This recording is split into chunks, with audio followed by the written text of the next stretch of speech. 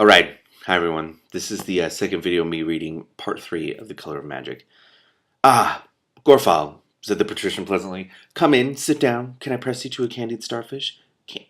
What is with candied seafood?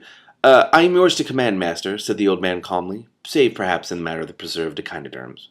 The patrician shrugged and indicated the scroll on the table. Read that, he said. Gorfal picked up the parchment and raised one eyebrow slightly when he saw the familiar ideograms of the Golden Empire. He read in silence for perhaps a minute and then turned the scroll over to examine minutely the seal on the obverse. You are famed as a student of Empire affairs, said the patrician. Can you explain this?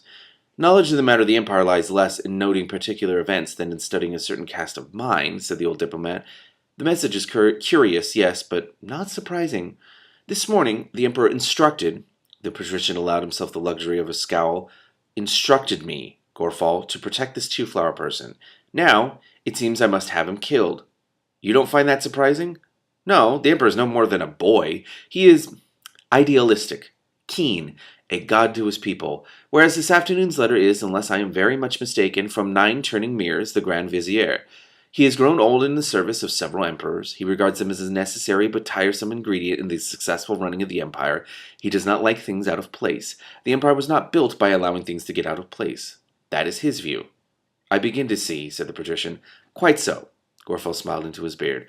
This tourist is a thing that is out of place. After acceding to his master's wishes, 9 turning mirrors would, I am quite sure, make his own arrangements with a view to ensuring that one wanderer would not be allowed to return home bringing, perhaps, the disease of dissatisfaction. The Empire likes people to stay where it puts them. So much more convenient, then, if this two-flower disappears for good in the barbarian lands. Meaning here, master. And your advice, said the patrician? Gorfal shrugged. Merely that you should do nothing. Matters will undoubtedly resolve themselves. However, he scratched near thoughtfully. Perhaps the Assassin's Guild? Ah, yes, said the patrician. The Assassin's Guild. Who is their president at the moment? Zlor Flannelfoot, master. Have a word with him, will you? Quite so, master. The patrician nodded. It was all rather a relief. He agreed with the 9 turning mirrors. Life was difficult enough. People ought to stay where they were put. Oh my god. Brilliant constellations shone down on the Discworld. One by one the traders shuttered their shops. One by one the Gannis, thieves, fine wires, whores, illusionists, backsliders, and second-story men awoke and breakfasted. I've never said that word. Not breakfast, but breakfasted, did with an ed at the end. Wizards went about their polydimensional affairs. Tonight saw the conjunction of 2 powerful planets, and already the air over the magical quarter was hazy with early spells. Look, Rincewind said, this isn't getting us anywhere. He inched sideways. The luggage followed faithfully, lid half open and menacing. Rincewind briefly considered making a desperate leap to safety. The lid smacked in anticipation. In any case, he told himself with sinking heart, the damn thing would only follow him again. It had that dogged look about it.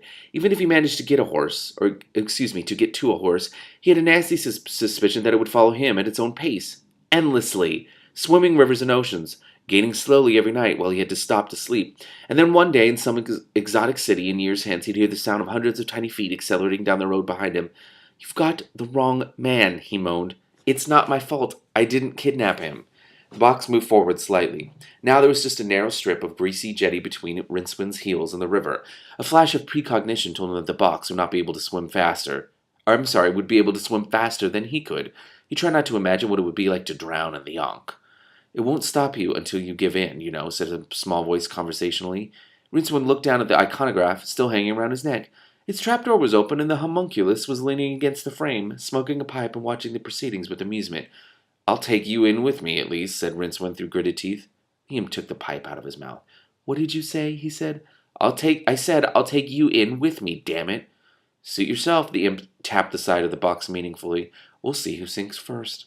The luggage yawned and moved forward in a fraction of an inch. Oh, all right, said Rincewind irritably. Well, you'll have to give me time to think. The luggage backed off slowly. Rincewind edged his way back onto reasonably safe land and sat down with his back against a wall. Across the river, the lights of Ankh City glowed. You're a wizard, said the picture imp. You'll think of some way to find him. Not much of a wizard, I'm afraid. You can just jump down on everyone and turn them into worms, the imp added encouragingly, ignoring his last remark. No, turning to animals is an 8th level spell. I never even completed my training. I only know 1 spell. Well, that'll do. I doubt it, said Rincewind hopelessly. What does it do, then? Can't tell you. Don't really want to talk about it. But frankly, he sighed, no spells are much good. It takes 3 months to commit even a simple one to memory, and then once you've used it, poof, it's gone. That's what's so stupid about the whole magic thing, you know? You spend 20 years learning the spell that makes nude virgins appear in your bedroom, and then you're so poisoned by quicksilver fumes and half blind from reading old grimoires that you can't remember what happens next. I never thought of it like that, said the imp. Hey, look, this is all wrong. When Two Flowers said they'd got better kind of magic in the Empire, I thought... The imp looked at him expectantly. Rincewind cursed to himself. Well, if you must know, I thought he didn't mean magic, not as such. What else is there, then? Rincewind began to feel really wretched. I don't know. He said, a better way of doing things, I suppose. Something with a bit of sense to it. Harnessing the lightning or something. The imp gave him a kind but pitying look. Lightning is the spears hurled by the thunder giants when they fight, it said gently. Established meteorological fact. You can't harness it. I know, said Rincewind miserably. That's the flaw in the argument, of course. The imp nodded and disappeared into the depths of the iconograph. A few minutes later, Rincewind smelled bacon frying. Oh my god. He waited until his stomach couldn't stand the strain anymore and rapped on the box. The imp appeared. I've been thinking about what you said, it said before Rincewind could open his mouth. Even if you could get a harness on it, how could you get it to pull a cart? What the hell are you talking about? Lightning. It just goes up and down. You want it to go along, not up and down. Anyway, it'd probably burn through the harness. I don't care about the lightning. How can I think on an empty stomach? Eat something then. That's logic. How? Every time I move, that damn box flexes its hinges at me. The luggage on cue gaped widely. See? It's not trying to bite you, said the imp. There's food in there. You're no use to it, starved. Oh my god, Rincewind. Rincewind peered into the dark recesses of the luggage. There were indeed, among the chaos of boxes and bags of gold, several bottles and packages in oiled paper. He gave a cynical laugh, mooched around the abandoned jetty until he found a piece of wood about the right length, wedged it as politely as possible in the gap between the lid and the box, and pulled out one of the flat packages. It held biscuits that turned out to be as hard as diamond wood. Bloody hell, he muttered, nursing his teeth. Captain Eight Panther's Traveler's Digestives, then, said the imp from the doorway to his box. Saved many a life at sea, they have. Oh, sure. Do you use them as a raft, or just throw them to the sharks and sort of watch them sink? What's in the bottles? Poison? Water. But there's water everywhere. Why do you want to bring water? Trust. Trust? Yes. That's what he didn't. The water here. See? Rincewind opened a bottle. The liquid inside might have been water. It had a flat, empty flavor with no trace of life. Neither taste nor smell, he grumbled.